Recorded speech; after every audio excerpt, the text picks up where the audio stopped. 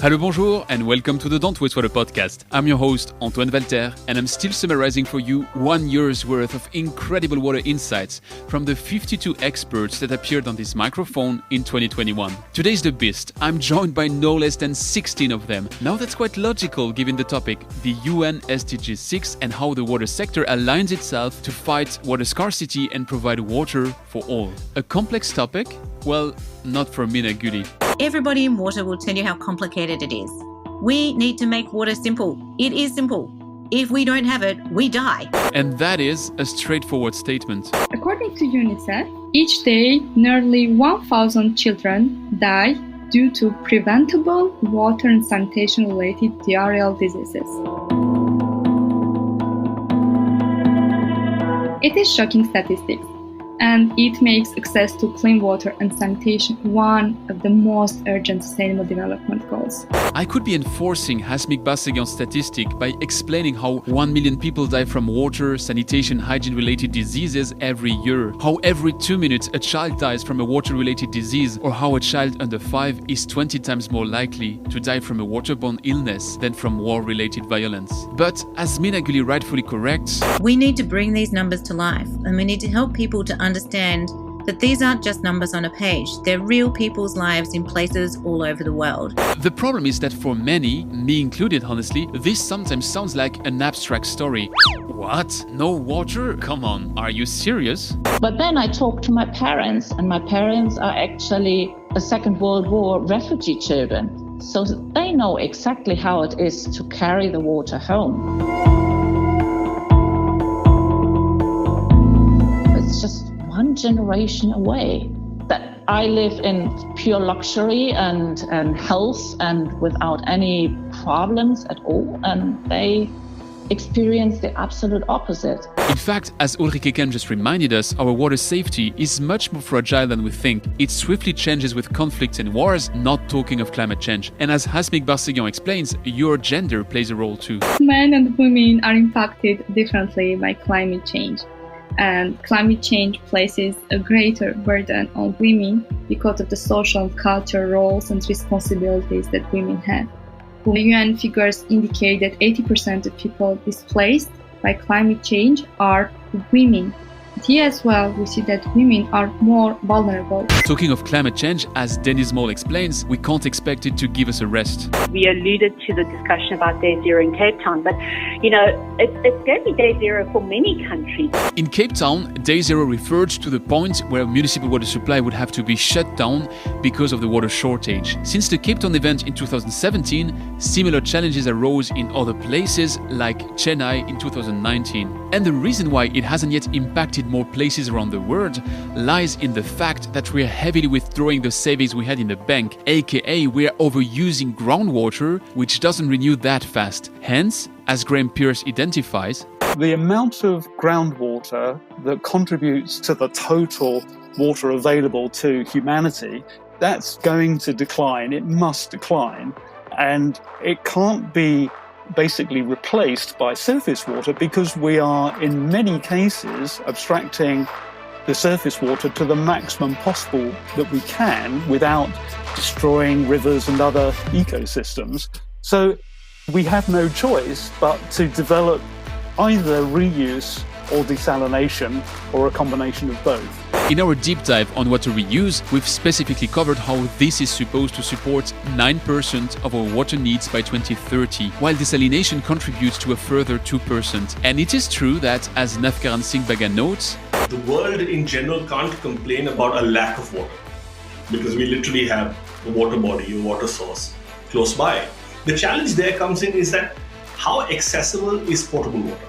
But Alice Schmidt is convinced that relying solely upon a technological race to cover our future water needs might be short-sighted. I think also not fall victim to the thinking that technology is going to save us. Technology is a hugely important part of the puzzle and always has been, right? But not every technology is good just because it's a technology. Indeed, there's a bigger picture at play, as Dennis Moll and Alice Schmidt again remind us. We have pushed all the natural boundaries to the point of breaking. I don't think we intentionally set out to do that, Antoine.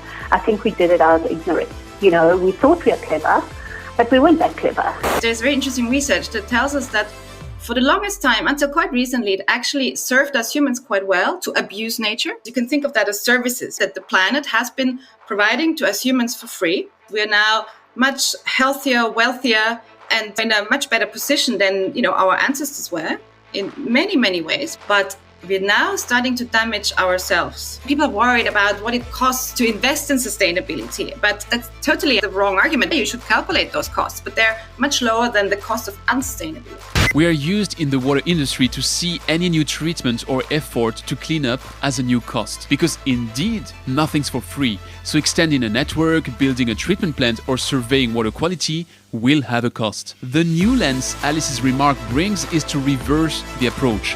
What's the cost of doing nothing? What's the impact of inaction? Henrik Hagemann and Mark Barra say nothing else. In the past, we've had a tendency to take a very human-centric approach to treatment. So as long as the humans get safe water, job's done. Now we're recognizing, there's actually a price tag attached to biodiversity loss. Other ecological crises will come in the next month, in the next years, and that's just the beginning of climate change and of biodiversity decline. If we always reproduce the same pattern, saying that first is the economy and enterprises and business, and then after nature, there will be a point where there will be no more economy because it depends on nature. This is also what Claudia Winkler and Alice Schmidt describe in their sustainability puzzle book as Mickey Mouse thinking. Yes, everybody agrees that sustainable development exists and relies on a triple bottom. But that triple bottom today is heavily unbalanced. The economy is Mickey's head, while environment and societal aspects only are its ears. This is why John Elkington, the creator of the triple bottom himself, recalled his concept. If everyone uses it as an excuse to keep doing what they've always done, he doesn't want to support it. So what shall we do instead? Well, we could follow Michael Stanley Galisdorfer's wisdom. The basic idea is that we're not solving water problems just for making money. We're solving them for social reasons and for environmental reasons. And we can prove that over time. So what did we see so far? Well, clearly, there's a problem. Too many people don't have access to safe water sources, and the challenge will not solve itself alone. And what are we doing? Well, it's actually shocking. First of all, how disconnected people are and how apathetic people are at fixing or helping to fix the problem. As you see, according to Dennis Moll, we don't do much, and it is an understatement. For Mina Guli, it is even worse. Because in a place or for a topic like water, we've failed for years because we've fought against one another, or we've been lobbying one another to do things. And the reality is that we'll only succeed if we start to unite and work in the same direction. In one word, Denise, don't you think we've made a mess? I don't think we intentionally set out to make a mess. We just happen to make a mess. Now that we know we've made a mess, can we actually ignore it? Or do we not have an obligation to fix it? I'd say we do, but I'm just one person. The problem is that on the broader scale of things, that mess doesn't get the attention it deserves, as David Lloyd Owen confirms. Every government at the moment has to make hard decisions, and water is always going to be down on the agenda politically. Well, wait a second, I thought things were clear. In September 2015, 193 countries adopted the United Nations Sustainable Development Goals. These 17 goals were supposed to pave a sustainable road towards 2030. And for water, SDG6 is very clear. We will ensure availability and sustainable management of water and sanitation for all by 2030. A challenge when you consider that in 2020, 2 billion people lacked safely managed drinking water, 3.6 billion people lacked safely managed sanitation, and 2.3 billion people lacked basic hygiene. But what's a challenge when 193 countries unite to overcome it? You see it coming, don't you? Progress towards SDG6 is running at a quarter of the level required. David Lloyd Owen further breaks down how much we're currently set to miss the goal in his Global Water Funding book. Regarding safe and affordable drinking water for all, 70% of the 193 countries will meet the goal by 2030. Another 72% will partially meet the goal, but 11% will be in a worse situation in 2030 than they were in 2015. And for sanitation and hygiene, well, it's even worse. Only 11% of the countries are set to meet the goal by 2030. 72% again will partially meet the goal, and 17% will be in a worse situation by 2030. Let me repeat that. more countries will be in a worse situation regarding sanitation and hygiene in 2030 than will reach the goal. Hence, Mina Guli's urge. Could we actually accelerate action? Because here's the thing about water.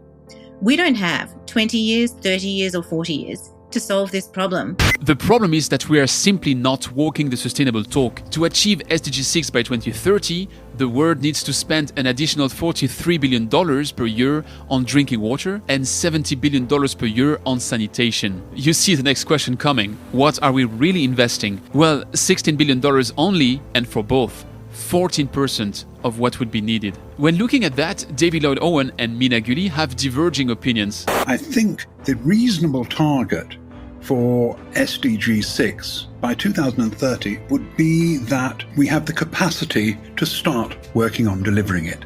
It turns out, for example, in the latest monitoring report, which came out a couple of weeks ago, that a large number of countries still don't even have an accepted definition of what safe water is, let alone a program to install it. Problems in meeting targets need to be overcome because there is no choice but to succeed in delivering on the targets set out in SDG6. Failure is not an option. For David, let's be realistic and do our best to align ourselves by 2030 to meet the goal by 2050. For Mina, it is simply not acceptable to fail the goal. What do you think? I'd be curious.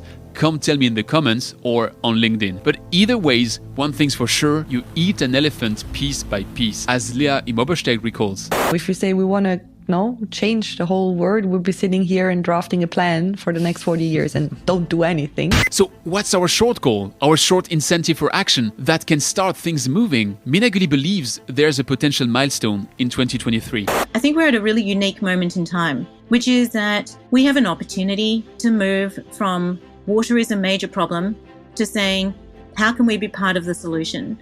And that unique moment is an opportunity in 2023 when the United Nations hosts their big conference on water, the first in almost 50 years. And we have an opportunity at that time to say, enough talk, now act.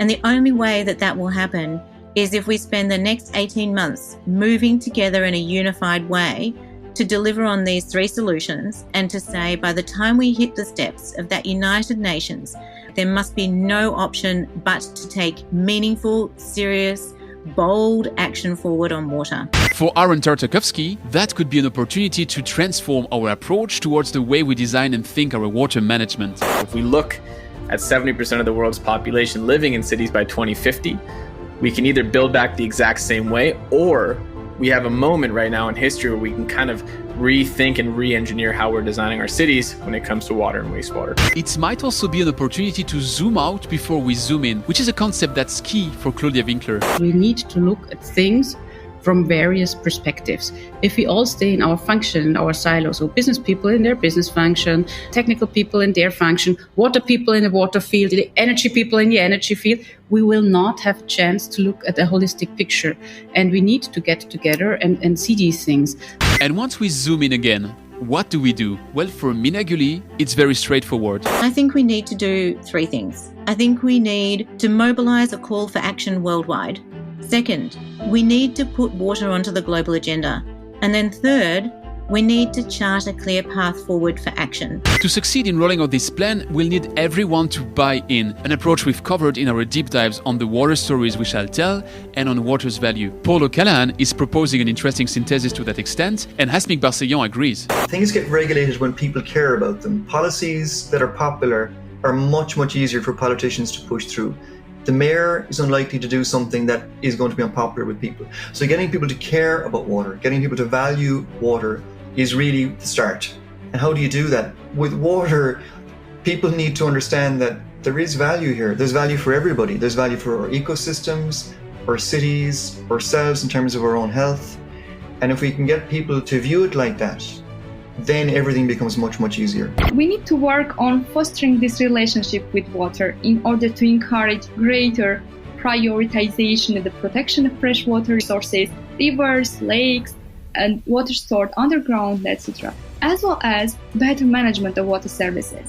If citizens better understand this relationship, they will participate more and join efforts to solve common challenges. We shall all be like the hummingbird and contribute to the movement by doing our part. Embed sustainability in our business practices, as Jacob Bossard suggests, and go the extra mile, as Ali Schmidt proposes. I believe that any young business that starts now has to be sustainable and not brag about, look how sustainable you are. It's not just about ensuring sustainability. Sustainability is not enough. If we sustain what we have today, that's actually wrong. It's about regeneration. We have to be even more ambitious. We want businesses to regenerate the planet. And if beyond the rational and the path forward, you need this extra motivation kick to start changing the world, I let Mina Guli conclude with the pep talk. I think too often we've looked at these big global challenges, climate change, water, all of these things, and we say, it's too big and I'm just one person. What on earth could I possibly do that will deliver meaningful change at the scale that it needs to solve this problem? And the reality is we'll explore over this podcast, we are all capable of doing anything.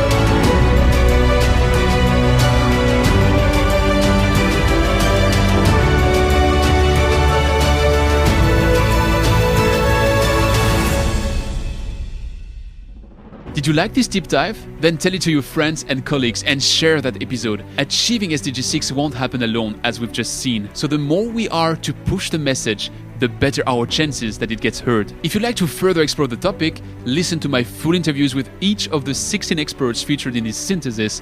All the links are in the description. And if you haven't done it yet, make sure to subscribe to the podcast on your favorite platform so that you don't miss the next leg in our journey, which will be about water networks. Thanks for listening, and I'll see you next time.